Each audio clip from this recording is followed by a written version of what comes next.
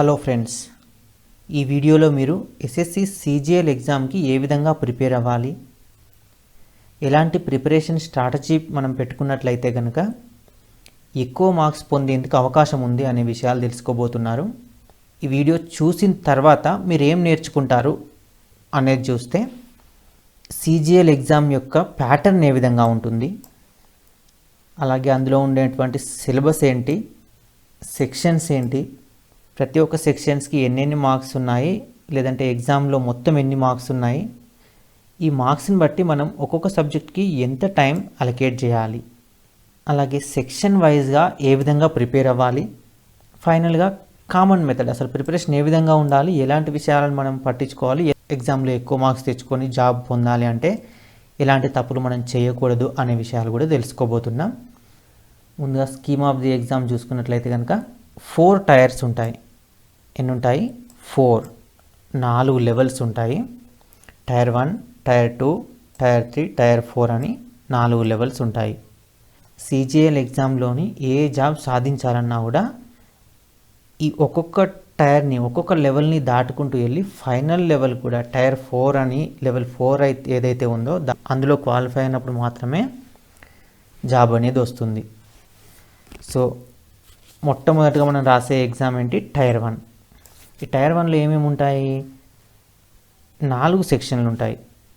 అందులో మొదటి section reasoning, రెండవ సెక్షన్ జనరల్ అవేర్నెస్, మూడవ సెక్షన్ క్వాంటిటేటివ్ యాప్టిట్యూడ్, 4వ సెక్షన్ ఇంగ్లీష్ కాంప్రహెన్షన్. ఇది వచ్చేసి టైర్ 1. ఓకే, మొదటి లెవెల్ ఎగ్జామ్ ఇది. ఇందులో ఈ 4 సెక్షన్లు ఉన్నాయి. 4 సెక్షన్లకి కూడా ప్రతి సెక్షన్ నుంచి 25 క్వశ్చన్లు ఇవ్వబడతాయి. 25 క్వశ్చన్లకి ఒక్కొక్క క్వశ్చన్కి 2 మార్కుల చొప్పున మొత్తంగా ప్రతి సెక్షన్కి ఎన్ని మార్క్స్ ఉంటాయి? 50 మార్క్స్ ఉంటాయి. అంటే 4 సెక్షన్లకు కలిపి 200 మార్క్స్ ఉంటాయి. ఇది టైర్ 1. 200కి ఎంత ఎక్కువ తెచ్చుకుంటే మనం పోటీలో అంత ముందుంటాం అన్నమాట. టైర్ 1 అనేది అంత ఇంపార్టెంట్. టైర్ 1లో ఎక్కువ మార్క్స్ తెచ్చుకుంటే పొరపాటున టైర్ 2, టైర్ 3లో కొంచెం వెనుకబడ్డా కూడా కవర్ అయిపోతుంది. అలా కాకుండా టైర్ 1లోనే తక్కువ వచ్చాయంటే నువ్వు టైర్ 2, టైర్ 3 చాలా కష్టపడాలి. దాదాపు ఇక కాంపిటీషన్లో నువ్వు వెనుకబడ్డట్టు అయిపోతుంది. అందుకని టైర్ 1 అనేది చాలా ఇంపార్టెంట్. ఈ ప్రతి సెక్షన్ గురించి మళ్ళీ ఎలా అటెంప్ట్ చేయాలనేది నెక్స్ట్ స్లైడ్స్లో తెలుసుకుందాం. So next tyre 2. టైర్ 2లో 2 పేపర్స్ ఉంటాయి. Paper 1, paper 2. ఇక్కడ 4 కనబడుతున్నాయి. ఈ రెండింటి గురించి మీరు మర్చిపోండి, ప్రస్తుతానికి నేను వీటి గురించి కూడా చెప్తాను. టైర్ 2లో 2 పేపర్స్ ఉంటాయి. క్వాంటిటేటివ్ ఎబిలిటీస్ 100 క్వశ్చన్స్కి 200 మార్క్స్. ఓకే, అలాగే ఇంగ్లీష్ లాంగ్వేజ్ ఉంటుంది. ఇందులో 200 క్వశ్చన్స్కి 200 మార్క్స్. ఇక్కడ ఒక క్వశ్చన్కి 1 మార్క్ అనమాట. 200 మార్క్స్. టోటల్ ఎన్ని అయినాయి? 400 మార్క్స్ అయినాయి. అంటే టైర్ 1లో 200 మార్క్స్, టైర్ 2లో 400 మార్క్స్. ఇది ఎగ్జామ్ యొక్క ప్యాటర్న్. టైర్ 2 వరకు. టైర్ 3, టైర్ 4 గురించి చెప్పుకునే ముందు ఈ 2 పేపర్లు ఏంటో కూడా చూద్దాం. అయితే మనకి సిజిఎల్ ఎగ్జామ్లో చాలా పోస్టులు ఉంటాయి. దాదాపులో ఒక 30 వరకు ఉంటాయి అనుకోండి. అందులో ఒక పోస్ట్ జేఎస్ఓ అని ఉంటుంది, జూనియర్ స్టాటిస్టికల్ ఆఫీసర్. ఈ పోస్ట్ కూడా రాస్తాను నేను అనుకున్న వాళ్ళు ఈ పేపర్ కూడా అటెంప్ట్ చేయవచ్చు. ఈ పోస్ట్ రాయకపోతే ఈ పేపర్ రాయాల్సిన అవసరం లేదు. అలాగే అసిస్టెంట్ ఆడిట్ ఆఫీసర్ లేదా అసిస్టెంట్ అకౌంట్స్ ఆఫీసర్ అని ఒకటి ఉంటుంది. ఈ పోస్ట్ కావాలనుకున్న వాళ్ళు మాత్రం పేపర్ 4 కూడా రాయాలి ఈ రెండింటితో పాటు. సో అలా ఈ 2 పోస్టులు అవసరం లేవనుకుంటే టైర్ 1, టైర్ 2లో ఈ 2 పేపర్లు రాస్తే సరిపోతుంది. లేదు నేను జేఎస్ఓ పోస్ట్ కూడా అప్లై చేశాను, ఇది కూడా రావాలి నాకు అనుకున్నప్పుడు స్టాటిస్టిక్స్ రాయాలి. డబ్ల్యూఓ పోస్ట్ కూడా అప్లై చేస్తున్నాను మిగతా వాటితో పాటు అన్నప్పుడు ఈ జనరల్ స్టడీస్ పేపర్ రాయాలి, పేపర్ 4.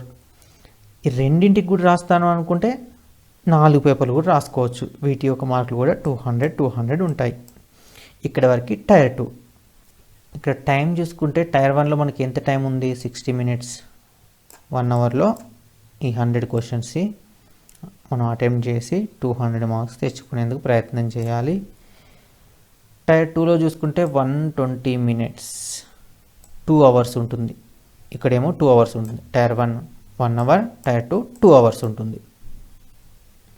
ఓకే, టైర్ 3 ఎలా ఉంటుందో చూసే ముందు టైర్ 1లో నెగిటివ్ మార్క్స్ చూద్దాం. టైర్ 1లో ఎన్ని 0.50 నెగిటివ్ మార్కింగ్ ఉంది ఫర్ ఈచ్ రాంగ్ ఆన్సర్. మీరు రాంగ్ ఆన్సర్ పెట్టినట్లయితే కనుక హాఫ్ మార్క్ అనేది పోతుంది. అంటే ఒక్కొక్క క్వశ్చన్కి 2 మార్క్స్ ఉన్నాయి మనకి, అందులో హాఫ్ మార్క్ పోతుందంటే 1/4 పోయినట్టు. దానికి ఉన్న మార్క్స్లో 1/4 అంటే పావల వంతు పోయినట్టు. 4 క్వశ్చన్లు రాంగ్ అయితే మీరు ఒక క్వశ్చన్ రైట్ అయిన మార్క్స్ అన్నీ పోతాయి అన్నమాట. సో సింపుల్గా 1/4 మార్క్స్ అనేది నెగిటివ్ మార్కింగ్, అది గుర్తుపెట్టుకుని సరిపోతుంది. నెక్స్ట్ టైర్ 2లో కూడా చూసుకుంటే కూడా అదే 1/4. ఇక్కడ ప్రతి క్వశ్చన్కి ఒకటి ఉంది కాబట్టి 0.25. మనం ఇంతకుముందు చెప్పుకున్నట్టుగా టైర్ 2లో paper 1 and 2 are compulsory. Paper 3 అనేది జేఎస్ఓ పోస్ట్కి, అదేవిధంగా పేపర్ 4 అనేది అసిస్టెంట్ ఆడిట్ ఆఫీసర్కి. సో ఇంతకుముందు మనం చెప్పుకునే మెయిన్ పాయింట్స్ ఏంటి, 1/4 negative marking, only paper 1 paper 2 అనేవి టైర్ 2లో కంపల్సరీ. పేపర్ 3 ఏమో JSO post junior statistical officer, paper 4 ఏమో AA. వాటికి మాత్రమే అవసరమవుతాయి, ఆ పోస్ట్కి అప్లై చేసిన వాళ్ళు మాత్రమే రాయాలి. ఇంకా టైర్ 3కి వెళ్తే ఇది డిస్క్రిప్టివ్ ఎగ్జామ్. ఇంతకుముందు చెప్పుకున్న టైర్ 1 టైర్ 2 అనేవి ఓన్లీ ఆబ్జెక్టివ్ ఎగ్జామ్స్, మనం ఆప్షన్ పెడితే సరిపోతుంది. బట్ టైర్ 3 వచ్చేసి pen and paper mode descriptive exam. హిందీలో కానీ ఇంగ్లీష్లో కానీ రాయొచ్చు. ఏమేమి ఉంటాయి డిస్క్రిప్టివ్ ఎగ్జామ్లో, ఎస్ఏ ఉంటుంది, ప్రిసైజ్ ఉంటుంది, లెటర్ ఉంటుంది, అప్లికేషన్ ఉంటుంది. ఈ 4 ఏవైనా 2 కానీ 3 కానీ అడగవచ్చు. 100 మార్క్స్కి అడుగుతారు. ఇప్పుడు ఎస్ఏ అండ్ లెటర్ వచ్చింది అనుకోండి, ఎస్ఏకి ఒక 50 మార్కులు, లెటర్కి ఒక 50 మార్కులు. ఆ విధంగా నెంబర్ ఆఫ్ ఐటమ్స్ని బట్టి మార్క్స్ కూడా అలొకేషన్ ఉంటుంది. సో ఎంత 1 అవర్లో రాయాలి. టైర్ 1 టైర్ 2లో ఎలా ఉంటాయి, కట్ ఆఫ్ మార్క్స్ ఉంటాయి. కట్ ఆఫ్ కంటే ఎక్కువ రావాలి టైర్ 1 అండ్ టైర్ 2లో. కానీ టైర్ 3లో ఎలా ఉంటుందంటే మినిమం మార్క్స్ వస్తే సరిపోతుంది. 35 మార్క్స్ వస్తే పాస్ అయినట్టు. అయితే పాస్ అయ్యాం కదా అని చెప్పి సెలెక్ట్ అయినట్టు కాదు, పాస్ అయినా కూడా ఎక్కువ మార్క్స్ ఉన్న వాళ్ళే సెలెక్ట్ అయిపోతారు. అందుకని 100కి 70-80 అబోవ్ 78 అబోవ్ తెచ్చుకునేందుకు ప్రయత్నం చేయాలి. నెక్స్ట్ టైర్ 4 అనేది ఇది స్కిల్ టెస్ట్. స్కిల్ టెస్ట్ అంటే ఇందులో computer proficiency test and data entry skill test అనేది ఉంటుంది. కంప్యూటర్ ప్రొఫిషియన్సీ అంటే ఎంఎస్ ఆఫీస్ ఉంటుంది కదా, దానిపైన క్వశ్చన్స్ ఉంటాయి. And data entry skill test అంటే టైపింగ్ టెస్ట్ ఉంటుంది. ఈ 2 నేర్చుకోవాలి. దీని గురించి కూడా, వీటి గురించి మళ్ళీ నెక్స్ట్ స్లైడ్స్లో ఇంకొంచెం డీప్గా క్లియర్గా చెప్పే ప్రయత్నం చేస్తాను. ఒక్కొక్క సెక్షన్స్కి ఎన్ని మార్క్స్ ఉన్నాయి, మనం ఏ విధంగా ప్రిపేర్ కావాలని చూద్దాం. అయితే ఈ ప్రిపరేషన్ స్ట్రాటజీ అనేది అందరికీ సూట్ కాకపోవచ్చు. ఈ ఎగ్జామ్ నాకే కనుకుంటే నేనైతే ఏ విధంగా స్ట్రాటజీ పెట్టుకునేవాన్ని అనేది ఎక్స్ప్లెయిన్ చేస్తున్నాను. మీకు కూడా ఇది బాగుంది, ఇలా ప్రిపేర్ అయితే మంచి మార్క్స్ వస్తాయి అనిపిస్తే ఫాలో అవ్వండి. ఒకవేళ ఇది మాకు సెట్ కాదు, నేను ప్రిపేర్ అయ్యే విధానం వేరే ఉంటుందని మీకు అనిపిస్తే ఇది వదిలేసి మీకు నచ్చిందే ఫాలో కావండి. జస్ట్ ఇది మీకు ఒక ఐడియా కోసంగా తీసుకొని మీకు నచ్చింది ఫాలో అవ్వండి. సో మనం వీడియోలోకి వెళ్ళిపోదాం. టైర్ 1 ఎగ్జామ్లో ఎన్ని సెక్షన్స్ ఉన్నాయి మనకి, 4 సెక్షన్స్ ఉన్నాయి. ఏమేమి సెక్షన్స్ ఉన్నాయి, English section, aptitude, reasoning, awareness, general awareness. So ప్రతి సెక్షన్ కూడా ఎన్ని మార్క్స్ ఉన్నాయి, 50-50 మార్క్స్ ఉన్నాయి. అంటే ఈక్వల్ మార్క్స్ ఉన్నాయి కదా. అలా అని చెప్పి అన్నిటికీ ఈక్వల్ టైం పెట్టేయచ్చు కదా అనుకోవచ్చు. కానీ మనం ఎంత టైం పెడితే మనకి ఎన్ని మార్క్స్ వచ్చే అవకాశం ఉందనేది కూడా చూసుకోవాలి. ఇప్పుడు రీజనింగ్ ఉందనుకోండి, ఇది తక్కువ టైంలో ఎక్కువ మార్క్స్ తెచ్చుకోవచ్చు. రీజనింగ్ ప్రిపేర్ అవ్వడానికి చాలా చాలా తక్కువ టైం పడుతుంది. కాకపోతే మార్క్స్ మాత్రం అన్నింటికంటే ఎక్కువ వస్తాయి. అన్ని సెక్షన్ల కంటే రీజనింగ్లో ఎక్కువ వస్తాయి. రీజనింగ్ అనేది అంత ఈజీగా ఉంటుంది కాబట్టి. నెక్స్ట్ ఇంగ్లీష్ కొంచెం టైం పడుతుంది, కానీ మార్క్స్ తెచ్చుకునే అవకాశం ఉంటుంది. యాప్టిట్యూడ్ కూడా ఎంత ఎక్కువ టైం పెడితే ఎన్ని ఎక్కువ ప్రాబ్లమ్స్ సాల్వ్ చేస్తే, ఎంత క్లారిటీ పెంచుకుంటే అన్ని ఎక్కువ మార్క్స్ తెచ్చుకునే అవకాశం ఉంటుంది. కానీ జేఎస్కి వచ్చేసరికి, జనరల్ అవేర్నెస్కి వచ్చేసరికి ఆ అవకాశం ఉండదు మనకి. మనం ఎంత టైం పెట్టినా కూడా ఇందులో మార్క్స్ తక్కువ వస్తాయి. ఎందుకంటే జిఎస్ అనేది, జనరల్ అవేర్నెస్ అనేది, సిలబస్ అనేది చాలా ఎక్కువ ఉంటుంది. కాబట్టి దీనికి ఎక్కువ టైం పెట్టడం కంటే టాపిక్ వైజ్గా ప్రిపేర్ అవ్వడం మంచిది. ఈ మిగతా 3 సెక్షన్లకి ఎక్కువ టైం పెట్టడం మంచిది. సో టైర్ 1కి ఈ విధంగా ప్రిపేర్ అయితే బెటర్. ఇంకా టైర్ 2కి వచ్చేసరికి ఎప్పుడైతే టైర్ 1 ఎగ్జామ్ అయిపోతుందో, టైర్ 1 ఎగ్జామ్ అయిపోయిన నెక్స్ట్ డే నుంచి ఇంకా మనకి 2 ఉంటాయి. ఒకటి ఇంగ్లీష్, రెండవది యాప్టిట్యూడ్. ఇంకా ఈ మిగతాయి మర్చిపోండి, అవసరం లేదు. ఎందుకంటే ఈ 2 సెక్షన్లు మాత్రమే ఉంటాయి టైర్ 2లో. రెండింటికి కూడా ఈక్వల్ మార్క్స్ ఉంటాయి, 200. అంటే ఇక్కడ మీరు సేమ్ టైం పెట్టుకోవచ్చు. మీ దగ్గర ఒక 10 గంటలు ఉన్నాయనుకోండి డైలీ, దీనికి ఒక 5 అవర్స్ పెట్టి ప్రిపేర్ అవ్వచ్చు, దీనికి ఒక 5 అవర్స్ పెట్టి ప్రిపేర్ అవ్వచ్చు. లేదంటే ఒక సెక్షన్ మీకు ఈజీగా ఉంటుంది, కొంచెం కాన్ఫిడెంట్గా ఉన్నారు, ఎక్కువ మార్క్స్ తెచ్చుకునే అవకాశం ఉంటుంది అనుకోండి. ఇప్పుడు దీనికి 4 అవర్స్ పెట్టి దీనికి 6 అవర్స్ పెట్టుకుంటే సరిపోతుంది. లేదు మీకు యాప్టిట్యూడ్ ఈజీగా ఉంటుంది, ఇంగ్లీషే ఎక్కువ టైం పెట్టి చదవాలి అని మీకు అనిపిస్తే దీనికి 6 అవర్స్ పెట్టి దీనికి 4 అవర్స్ పెట్టి చదువుకోండి. ఇది టైర్ 2లో. టైర్ 1 అయిపోయిన నెక్స్ట్ డే నుండి ఇలా ప్రిపేర్ అవ్వండి. నెక్స్ట్ ఇంకా టైర్ 3కి వచ్చేసరికి ఈ యాప్టిట్యూడ్ అవసరం కూడా ఉండదు, only English 100 marks. So tier 2 అయిపోయిన నెక్స్ట్ డే నుంచి ఇంకా మనం ఇంగ్లీష్ మీదనే పూర్తి కాన్సన్ట్రేషన్ పెట్టి ఈ 100కి ఎంత ఎక్కువ సాధ్యమైతే అంత తెచ్చుకునే ప్రయత్నం చేయాలి. సో ఇందులో మనం చేసేది ఏముంటుంది, లెటర్ రైటింగ్ ప్రాక్టీస్ చేయాలి, ఎస్ఏ ప్రాక్టీస్ చేయాలి, ప్రిసైజ్ రైటింగ్ ప్రాక్టీస్ చేయాలి, అప్లికేషన్ రాయడం ప్రాక్టీస్ చేయాలి. ఈ 4 ప్రాక్టీస్ చేయడానికి ఫుల్ టైం ఉంటుంది. ఎందుకంటే మిగతా ఏం లేవు, ఓన్లీ ఇంగ్లీష్ మాత్రమే ఉంది టైర్ 3 అప్పుడు. కాబట్టి ఇక్కడ కూడా మనకి ఎనఫ్ టైం ఉంటుంది. టైం లేనిది ఎప్పుడంటే టైర్ 1లో, టైర్ 2లో పెద్దగా టైం ఉన్నట్టు అనిపించదు. ఈ లెవెల్ 1 అప్పుడు ఏం చేయాలి, టైంని సాధ్యమైనంతగా ఈ 3 సెక్షన్లకి అలొకేట్ చేసుకునేటట్టు చూడాలి. సో టైర్ 1 అప్పుడు ఏం చేయాలి, ఇంగ్లీష్కి, యాప్టిట్యూడ్కి, రీజనింగ్కి ఎక్కువ సమయం కేటాయించాలి. మనం రీజనింగ్కి టైం పెట్టినట్లయితే కనుక 46 కంటే ఎక్కువ మార్క్స్ వచ్చే అవకాశం ఉంటుంది. యాప్టిట్యూడ్లో కూడా 46 ప్లస్ మార్క్స్ వచ్చే అవకాశం ఉంటుంది. మనం తెచ్చుకునే పాసిబిలిటీ ఉంది. 50కి 50 కూడా తెచ్చుకోవచ్చు, 46 నుంచి 50. ఇంగ్లీష్లో కూడా 46 అబోవ్ 50, 46 ప్లస్ తెచ్చుకోవచ్చు. అంటే 25 క్వశ్చన్స్లో 23 క్వశ్చన్స్ వరకు మనం ఖచ్చితంగా కరెక్ట్గా పెట్టే అవకాశం ఉంటుంది. 3 సెక్షన్స్ కూడా మంచి టైం, కరెక్ట్ సమయంలో పూర్తి చేసి సరిగా ప్రిపేర్ అయితే 23 క్వశ్చన్స్ అవుట్ ఆఫ్ 25, 23 క్వశ్చన్స్ కూడా కరెక్ట్ పెట్టే అవకాశం ఉంటుంది. అదే జనరల్ అవేర్నెస్లో చూస్తే నువ్వు ఎంత బాగా ప్రిపేర్ అయ్యి ఎంత టైం పెట్టినా కూడా 30 మార్క్స్లకి ఎక్కువ తెచ్చుకునే అవకాశాలు చాలా తక్కువ ఉంటాయి. జిఎస్లో మంచి పట్టు ఉంది అన్న వాళ్ళకి తప్పితే మిగతా వాళ్ళకి ఇంతకంటే ఎక్కువ రావడం కొంచెం కష్టమే. అలా అని చెప్పి దీన్ని ప్రిపేర్ అవ్వద్దు, మొత్తం వదిలేయాలన్నా కూడా కరెక్ట్ కాదు. ఎందుకంటే ఈ 3 సెక్షన్లతోనే నువ్వు క్లియర్ చేసినా కూడా మార్క్స్ తక్కువ వస్తాయి. కాబట్టి ఇందులో కొన్ని ఇంపార్టెంట్ టాపిక్స్ తీసుకొని ప్రిపేర్ అవ్వాలి. అది ఎలా అనేది నెక్స్ట్ స్లైడ్స్లో మనం చూద్దాం. దీన్నే ఇంకో విధానంలో మనం ఇంకొక దృక్పథంతో చూస్తే, రెండవ దృక్పథంతో చూస్తే మీకు ఏ సబ్జెక్ట్ అనేది ఎలా అనేది ఇంకొక ఐడియా వస్తుంది. మొత్తం మార్క్స్ ఎన్ని మనకి 700 మార్క్స్. టైర్ 1లో 200, టైర్ 2లో 400, టైర్ 3లో 100. టోటల్ ఎన్నైనాయి 700 కదా, 700 మార్క్స్. 700 మార్క్స్లో ఇంగ్లీష్కి ఒక్కదానికే చూసుకుంటే ఎన్ని మార్క్స్ ఉన్నాయి, 350 మార్క్స్ ఉన్నాయి. అలాగే యాప్టిట్యూడ్ మాత్రమే చూసుకుంటే 250 మార్క్స్ ఉన్నాయి అవుట్ ఆఫ్ 700. రీజనింగ్కి 50, జిఎస్కి 50. అంటే 700లో ఆల్మోస్ట్ 50% ఇంగ్లీష్కే ఉంది. అంటే మనం ఇచ్చే టైం కూడా ఇంగ్లీష్కి ఎక్కువ ఇవ్వాలి. అలానే యాప్టిట్యూడ్ చూసుకుంటే 250 ఉన్నాయి.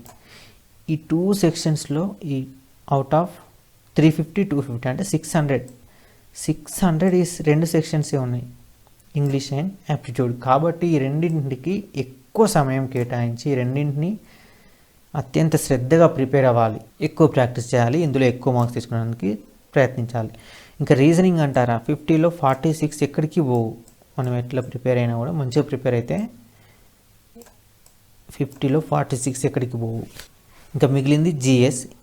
Out of 700 only 50 మార్క్స్ని. కాబట్టి జీఎస్ రాకపోయినా కూడా పెద్ద ఇబ్బంది పడాల్సిన పని లేదు. ఇందులో కొన్ని ఇంపార్టెంట్ టాపిక్స్, ప్రతి సబ్జెక్ట్ నుంచి ఇంపార్టెంట్ టాపిక్స్, కొంచెం బేసిక్స్, కొంచెం కరెంట్ అఫైర్స్ నేర్చుకొని వెళ్తే కనుక సరిపోతుంది.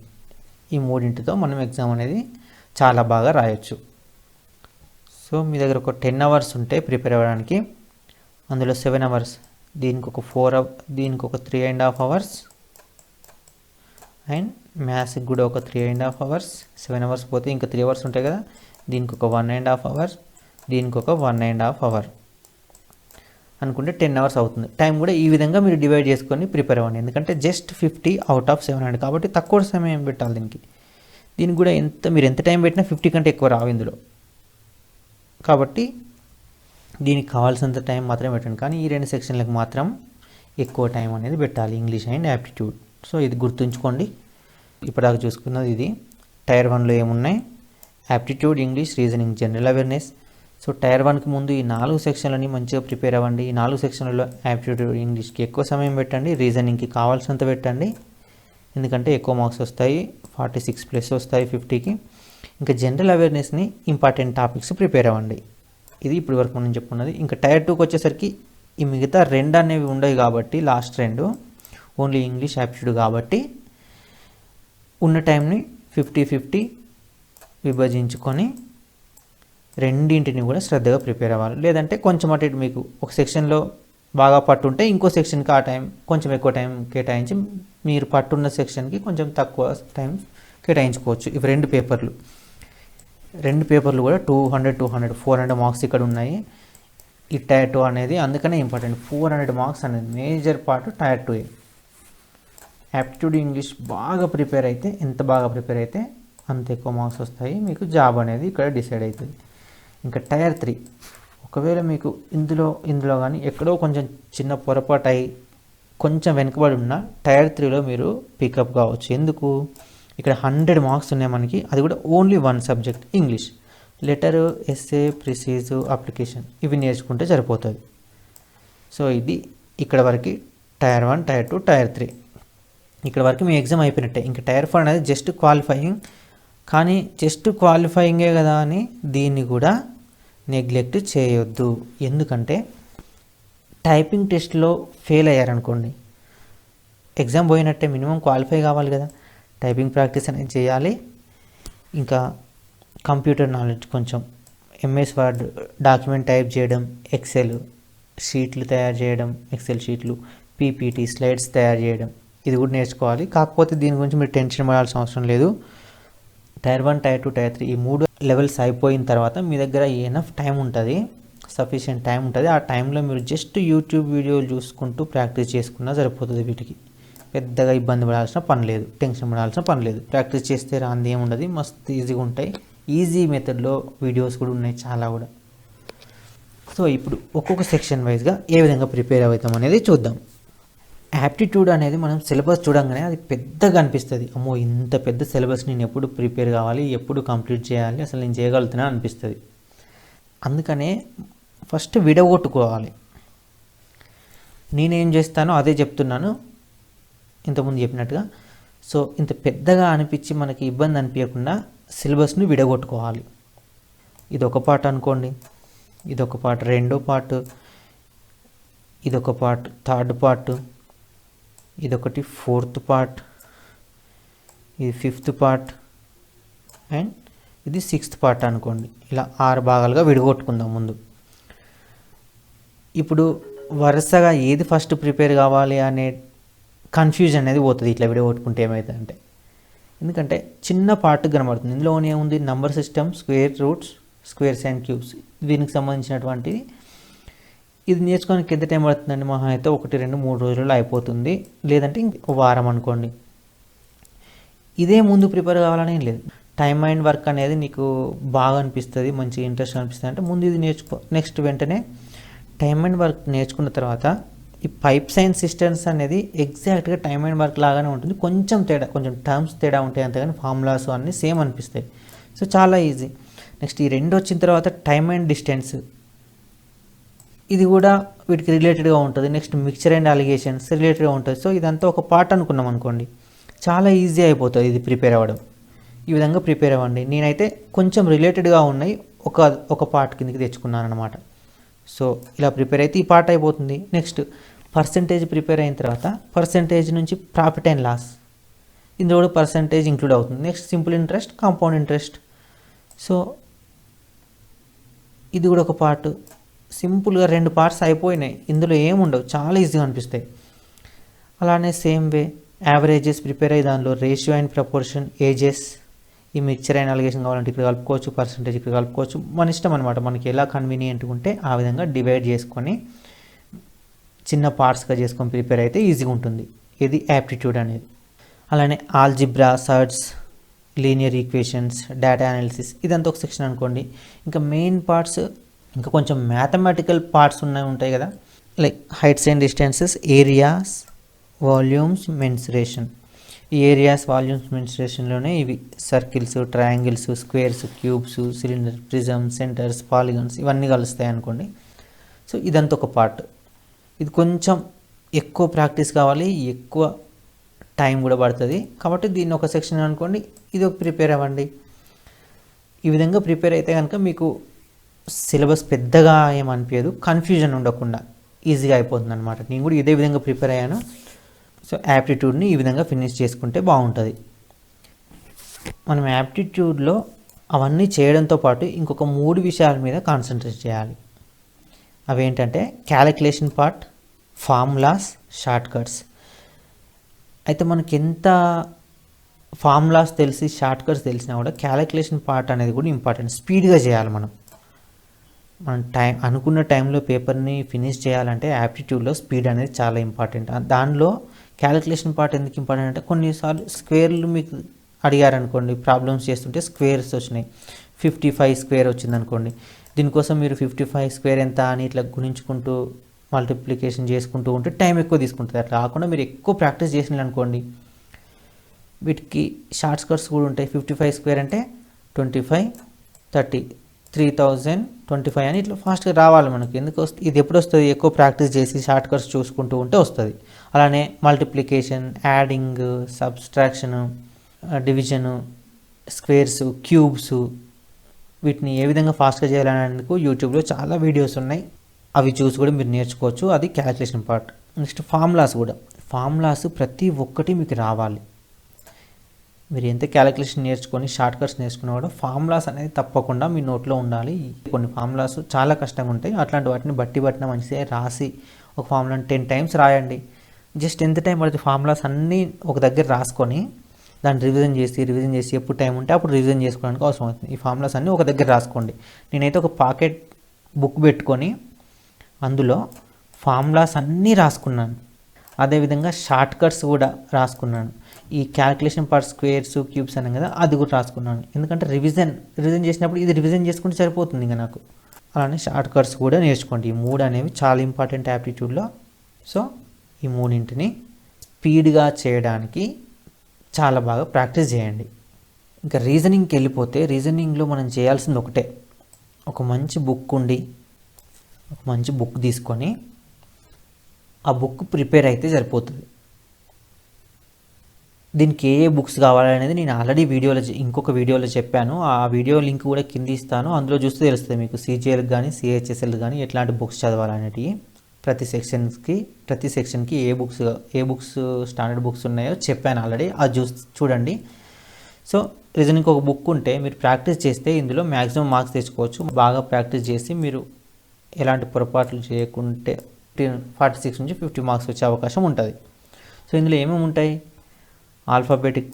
Alphabet test, analogy, arithmetic reasoning, blood relation, classification, coding and decoding, distance direction test, syllogism, matrix, logical Venn diagram, missing number, paper cutting and folding, ఇవన్నీ కూడా చాలా ఈజీగా ఉంటాయి. ఎంబెడెడ్ ఫిగర్స్ 1-2 తప్పిస్తే, ఇది సిలాజిజం కానీ లాజికల్ వెన్ డయాగ్రామ్, ఇది కూడా ఈజీగానే ఉంటుంది. సో ఇట్లా 1-2 టాపిక్లు తప్పిస్తే మిగతా అన్నీ చాలా ఈజీగా ఉంటాయి. ప్రాక్టీస్ చేస్తే సరిపోతుంది. మీరు figure series, cube and dice, mirror image, pattern completion, counting of figures, paper cutting, folding. Counting of figures కొంచెం టైం తీసుకుంటుంది. Verbal and non verbal reasoning అనేది ఉంటుంది, వర్బల్ ఉంటాయి, నాన్ వర్బల్ ఉంటాయి. ఇవి మీరు ప్రాక్టీస్ చేస్తే సరిపోతుంది. ఇందులో మనకి దీనికోసం పెద్దగా స్ట్రాటజీ ఏం అవసరం లేదు. జస్ట్ బుక్స్ మీరు ప్రిపేర్ అయ్యి ప్రాక్టీస్ చేస్తే అయిపోతుంది. నెక్స్ట్ ఇంగ్లీష్ అనేది 350 మార్క్స్ ఉంది. చాలా చాలా ఇంపార్టెంట్ కదా. 700లో ఎన్ని మార్క్స్ ఉన్నాయి? 350 మార్క్స్. అంటే హాఫ్ రోల్ ఇంగ్లీష్దే ఉంది. కాబట్టి దీన్ని చాలా శ్రద్ధగా ప్రిపేర్ అవ్వాలి. మనకి ఇంగ్లీష్లో మెయిన్గా ఏముంటాయి? గ్రామర్ ఉంటుంది, వొకాబులరీ ఉంటుంది, కాంప్రహెన్షన్ ఉంటుంది. ఈ 3 భాగాలుగా విడగొట్టుకుంటే ప్రిపరేషన్ అనేది కొంచెం ఈజీగా అయిపోతుంది. సో ఒక్కొక్క సెక్షన్ అనేది చూద్దాం. ఫస్ట్ సెక్షన్ ఏంటి? పార్ట్ 1 అనేది పార్ట్ 2, పార్ట్ 3గా విభజించుకుంటే part 1 grammar, part 2 vocabulary, part 3 comprehension. So part 1లో ఏమేమి ఉంటాయి అసలు? గ్రామర్ అంటే tenses and sentence structures. Yes, ముందుగా గ్రామర్ పార్ట్ ప్రిపేర్ అయితే అందులో టెన్సెస్ అండ్ సెంటెన్స్ స్ట్రక్చర్స్ ఇది మెయిన్గా నేర్చుకోవాలి. ఎందుకంటే టెన్సులు తెలిసి సెంటెన్స్ స్ట్రక్చర్ తెలిసినప్పుడే మనకి సెంటెన్స్ ఫార్మేషన్ అనేది తెలుస్తుంది. దాని తర్వాత యాక్టివ్ వాయిస్, ప్యాసివ్ వాయిస్. ఇప్పుడు టెన్సెస్ అయితే ఎప్పుడైతే తెలిసాయో వాటినే మనం యాక్టివ్ నుంచి ప్యాసివ్ వాయిస్లోకి మార్చుకోవడం. ఒకటి అయిపోయిన తర్వాత రెండవది ఇంకా ఈజీగానే ఉంటుంది. దాని నుంచి ఇది చేస్తాం కాబట్టి స్టెప్ బై స్టెప్ వెళ్తే ఈజీగా ఉంటుంది. దాని తర్వాత direct and indirect speech. So ఈ 3 అనేవి గ్రామర్కి హార్ట్ లాంటివి అన్నమాట. సో ఈ 3 ముందుగా నేర్చుకోండి గ్రామర్లో. దాని తర్వాత స్పాట్ ద ఎర్రర్. ఈ 3 నేర్చుకున్న తర్వాత వాటి నుంచే మళ్ళీ మిస్టేక్స్ ఎక్కడ ఉన్నాయి, ఎర్రర్స్ ఎక్కడ ఉన్నాయని అడుగుతారు. దాని తర్వాత fill in the blanks, sentence improvement. ఇవన్నీ కూడా ఈ గ్రామర్కి సంబంధించినవి. ఈ టెన్సెస్ బాగా నేర్చుకొని, యాక్టివ్ వాయిస్, ప్యాసివ్ వాయిస్ నేర్చుకొని, డైరెక్ట్ ఇండైరెక్ట్ స్పీచ్ నేర్చుకున్న తర్వాత వాటి నుంచే వాటిపైన ఆధారపడే ఈ క్వశ్చన్స్ ఉంటాయి. సో ఇదంతా గ్రామర్ పార్ట్ని ఇలా మీరు స్టెప్ బై స్టెప్ నేర్చుకోండి, ఈజీగా ఉంటుంది. Next arranging the sentence.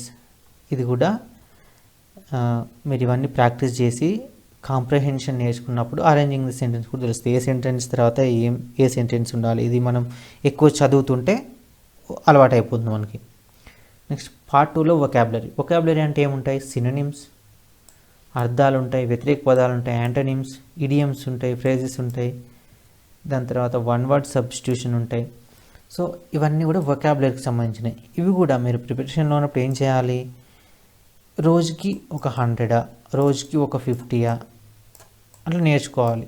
మనకి స్టాండర్డ్ బుక్స్ ఉన్నాయి కదా, బుక్ లిస్ట్ నేను ఆల్రెడీ చెప్పిన కదా, అందులో ఉంటాయి.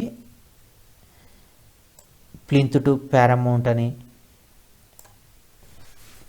కొన్ని బుక్స్ ఆల్రెడీ నేను చెప్పాను, అవి చూడండి ఒకసారి. సో సినోనిమ్స్, యాంటోనిమ్స్ ఇవి నేర్చుకొని వాడకంలో పెట్టాలి. మనం నేర్చుకొని మర్చిపోకూడదు. ఒకసారి చదివితే గుర్తుండవు. సినోనిమ్స్ అయినా, యాంటోనిమ్స్ అయినా, ఇడియమ్స్ అయినా, వన్ వర్డ్ సబ్స్టిట్యూషన్స్ అయినా ఇవన్నీ కూడా ఒకసారి చదివితే గుర్తుండవు. మళ్ళీ మనం రివిజన్ చేసుకోవాలి. ఎప్పటికప్పుడు చదువుతూ యూజ్లో పెడుతూ ఉండాలి. మనం టెస్ట్లు ఎక్కువ చేస్తుంటే, మాక్ టెస్ట్లు, ప్రీవియస్ టెస్ట్లు అవన్నీ చేస్తుంటే, ప్రీవియస్ పేపర్స్ చేస్తుంటే మనకి గుర్తుంటాయి అన్నమాట. Spelling and detection of errors కూడా ఉంటాయి. వొకాబులరీ నేర్చుకున్నప్పుడు ఈ స్పెల్లింగ్ ఎర్రర్స్ కూడా చూసుకోవాలి మనం. ఇంకా పార్ట్ 3 వచ్చేసి కాంప్రహెన్షన్. ఇది కూడా చాలా ఇంపార్టెంట్. ఎందుకంటే కాంప్రహెన్షన్ నుంచి కూడా ఎక్కువ క్వశ్చన్స్ వచ్చే అవకాశం ఉంటుంది. సో కాంప్రహెన్షన్ బాగుండాలంటే ఏం చేయాలి? ఇంగ్లీష్ ఆర్టికల్స్ ఎక్కువ చదవాలి. న్యూస్ పేపర్ కావచ్చు, అది ఏదైనా కావచ్చు, ఇంగ్లీష్లో చదవాలి. ఓకే, ఇంగ్లీష్ ఆర్టికల్స్ ఎంత ఎక్కువ చదివితే కాంప్రహెన్షన్ అనేది ఆటోమేటిక్గా అంత ఇంప్రూవ్ అవుతుంది. సో దానికోసం ఏం చేయాలి? న్యూస్ పేపర్ చదవచ్చు. న్యూస్ పేపర్లో అంతా చదవాలని లేదు, మనకు నచ్చిన టాపిక్ ఎడిటోరియల్స్ చదవచ్చు. ఎడిటోరియల్స్ ఇబ్బందిగా ఉంటున్నాయంటే, మనకి స్పోర్ట్స్ అనేది బాగా ఇష్టం అనుకోండి, రెగ్యులర్గా స్పోర్ట్సే చదవచ్చు. లేదు నాకు సినిమా, మూవీ పేజ్ ఇష్టం అంటే సినిమా పేజీ, మూవీ పేజీ రెగ్యులర్గా చదవచ్చు. కాకపోతే రెగ్యులర్గా ఫాలో అవ్వాలి మనం.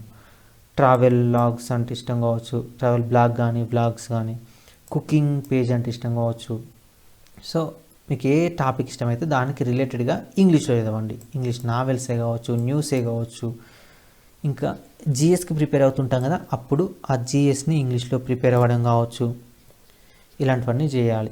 ఆల్రెడీ ఇంగ్లీష్ గురించి నేను పూర్తిగా ఇంగ్లీష్ ఎలా ప్రిపేర్ అవ్వాలి అనే దాని గురించి సెపరేట్గా ఒక వీడియో చేశాను. మీరు ఆ వీడియో కూడా చూడొచ్చు. ఆల్మోస్ట్ ఇదే చెప్పాను, ఇప్పుడు అక్కడ చెప్పిందే ఇక్కడ చెప్పుకుంటాను. సో నెక్స్ట్ పార్ట్ వచ్చేసి జనరల్ అవేర్నెస్. సో చాలామందికి ఒక డౌట్ ఉంటుంది, అసలు జనరల్ అవేర్నెస్ ఎట్లా ప్రిపేర్ కావాలి, సిలబస్ పెద్ద ఉంటుంది కదా, చాలా పెద్దగా ఉంటుంది, అసలు కంప్లీట్ చేస్తామా లేదా అని వైడ్గా ఉంటుంది, వ్యాస్ట్గా ఉంటుంది సిలబస్ అని ఒక డౌట్ ఉంటుంది. అయితే ఇందులో మనకి ఎన్ని మార్క్స్ దీనికి ఉండేటివి 50 మార్క్స్, ఎంతకి 700కి.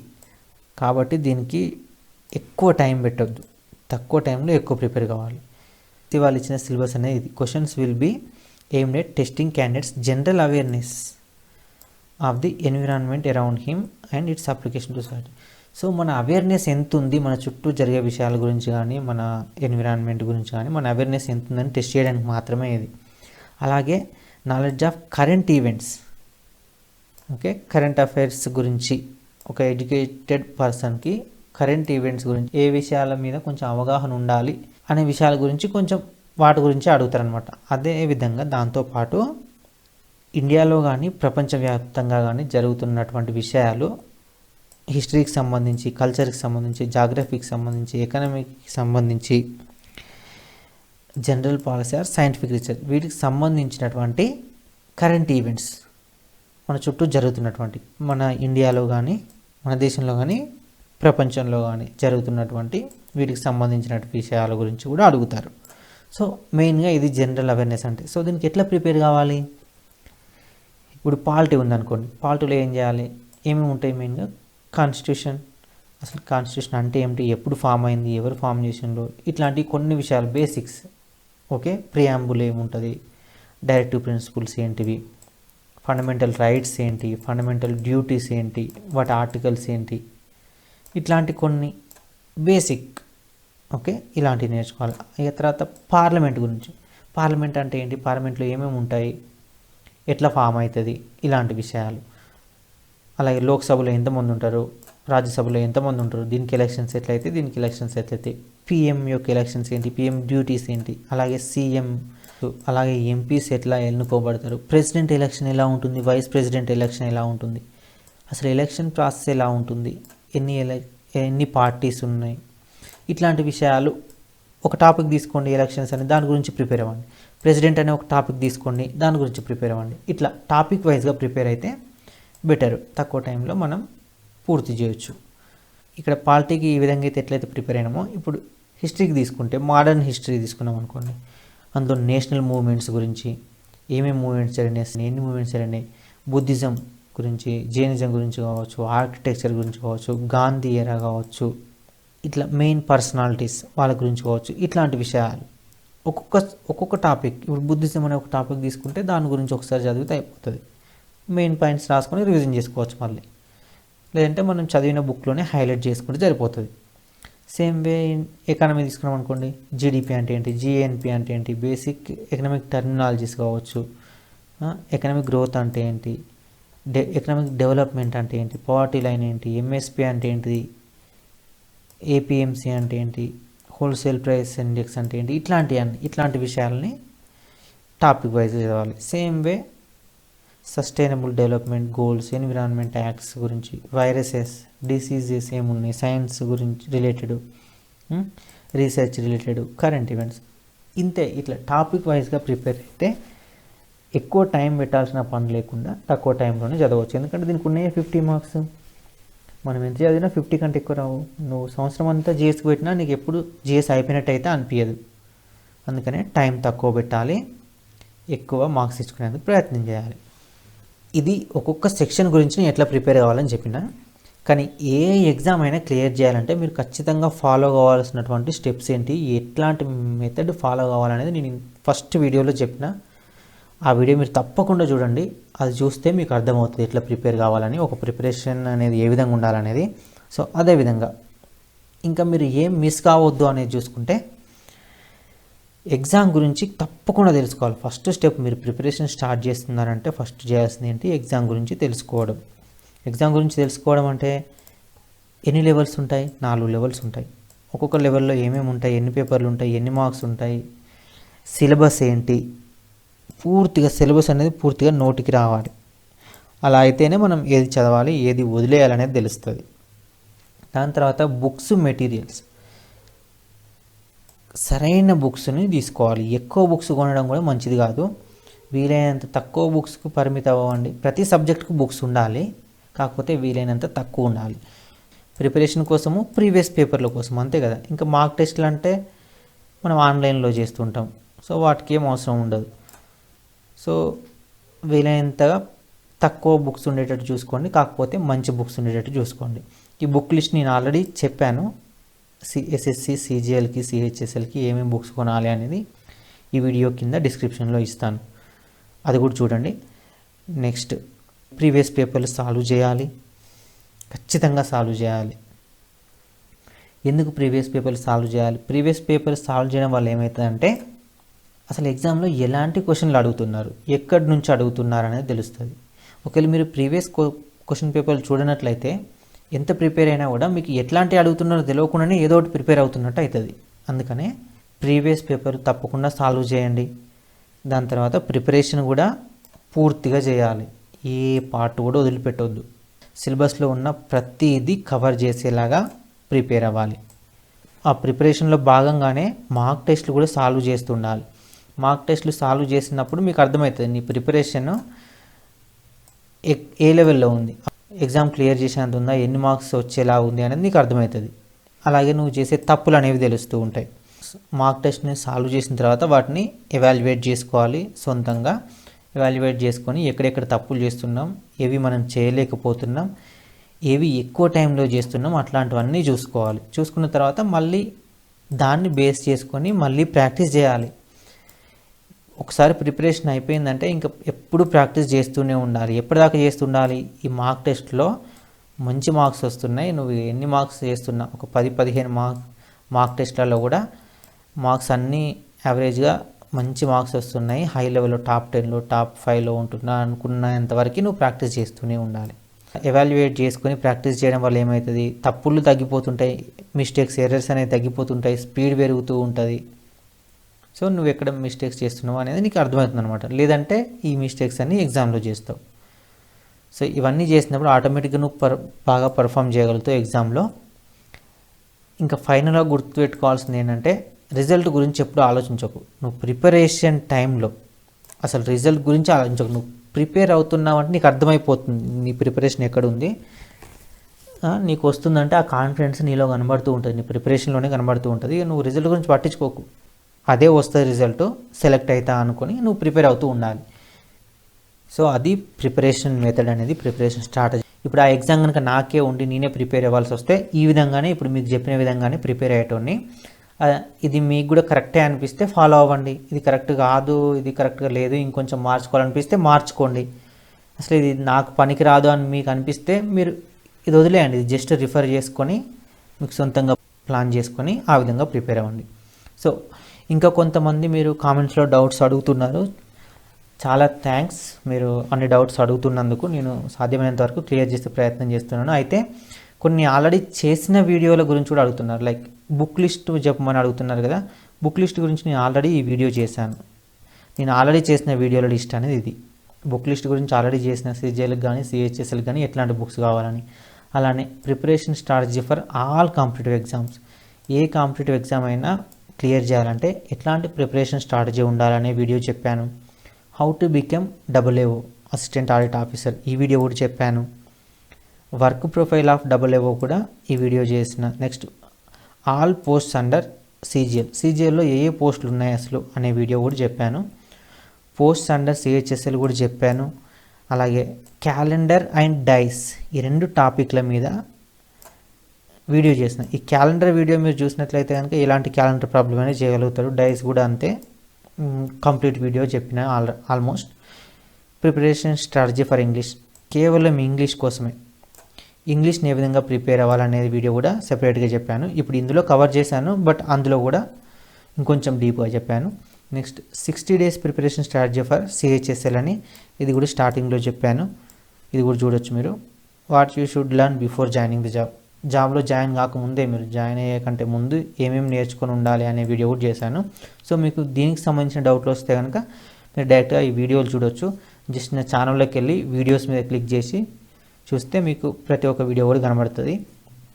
వీటి లింక్స్ కూడా నేను ఈ వీడియో కిందనే డిస్క్రిప్షన్లో ఇస్తున్నాను. సో మీరు ఈ కామెంట్లన్నీ అడుగుతున్నందుకు చాలా చాలా థ్యాంక్స్. మీరు కామెంట్లు అడగడం వల్లనే, మీరు రిక్వెస్ట్ చేయడం వల్లనే నేను వీడియోస్ చేయడం జరుగుతుంది. And thanks for watching. Will meet you in the next video. Thank you all.